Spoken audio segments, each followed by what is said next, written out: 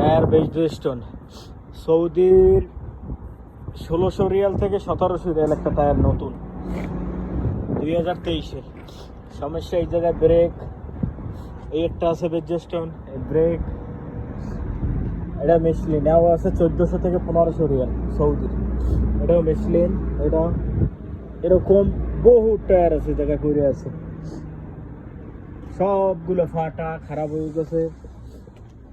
এখান থেকে সিলিক বেরিয়েছে, এখান থেকে বেরিয়েছে, এই ব্রেক মারছে, এখান থেকে ফাইটে গেছে বহু টায়ার।